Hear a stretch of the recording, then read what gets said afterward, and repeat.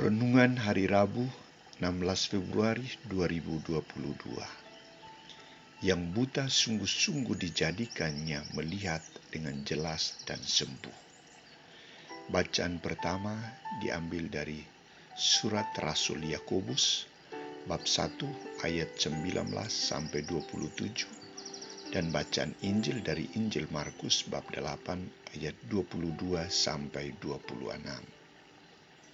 Saudara-saudariku terkasih, pernahkah melihat orang buta?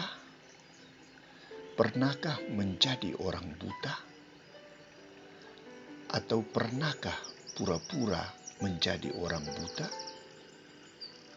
Pernahkah tergerak hati memberi bantuan kepada orang buta?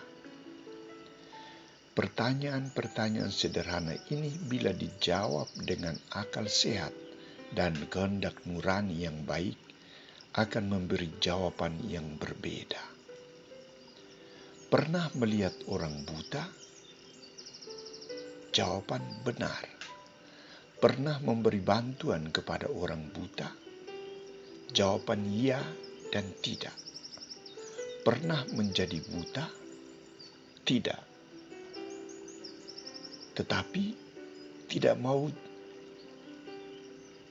menjadi buta, namun sikapku yang selalu buta terhadap orang lain, buta melihat sesuatu. Saudara-saudariku terkasih, kisah penyembuhan terhadap orang yang buta terjadi karena beberapa aksi tindakan yang melibatkan gerakan solidaritas bersama, baik dari pihak manusia, orang-orang yang membawa orang buta itu kepada Yesus, maupun dari pihak Allah, Yesus sendiri. Prinsip utama gerakan solidaritas adalah menyelamatkan orang buta itu dari kebutaannya. Kehadiran Yesus membuka kepekaan baru dari orang banyak untuk berbuat kasih. Mereka membawa kepada Yesus seorang buta dan mereka memohon kepadanya supaya ia menjamah dia. Tugas orang yang membawa orang buta itu telah selesai. Mereka telah menuntun, membawa, menghantar orang yang menderita itu kepada Yesus sumber kehidupan.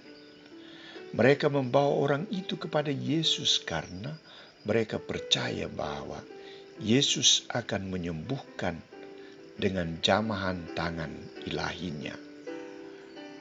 Bagaimana aksi solidaritas Yesus? Ia memegang tangan orang buta itu dan membawa dia keluar kampung. Pertanyaan, mengapa orang buta itu harus dibawa keluar kampung? Jawabannya adalah Yesus mau berkomunikasi secara pribadi dengan orang buta itu. Lebih dari itu, tindakan Yesus meludahi mata orang itu bagi saya akan menyebabkan banyak pertanyaan dan kritik dari orang banyak, teristimewa orang-orang Farisi dan ahli-ahli Taurat. Mengapa Yesus harus meludahi mata orang itu? Yesus akan dinilai tidak sopan, tidak berperi kemanusiaan. Bagi orang yang beriman, semua tindakan Yesus meludahi dan meletakkan tangannya atasnya serta dialog pribadi dengan orang buta itu. Sudahkah kau melihat sesuatu? Adalah rahasia keilahian Allah dan proses penciptaan baru yang berangsur-angsur dilakukan oleh Yesus Putra Allah sehingga orang buta itu sungguh-sungguh disembuhkan dan melihat. Saudara-saudariku terkasih, semua peristiwa ini terjadi karena iman akan Yesus Kristus, karena keterlibatan Allah dalam diri Yesus Putranya untuk menyelamatkan manusia, membuka mata untuk melihat dengan sungguh-sungguh. Bagaimana kita menghubungkan peristiwa penyembuhan Yesus dengan proses pertumbuhan seseorang, baik dari aspek pengetahuan, iman, maupun pengalaman. Saudara-saudariku terkasih, seseorang lahir tidak langsung sempurna. Ia tidak langsung berjalan. Ia butuh pendidikan, pendampingan. Demikian juga dengan iman. Iman kita berkembang tidak sekali jadi, melainkan dalam proses.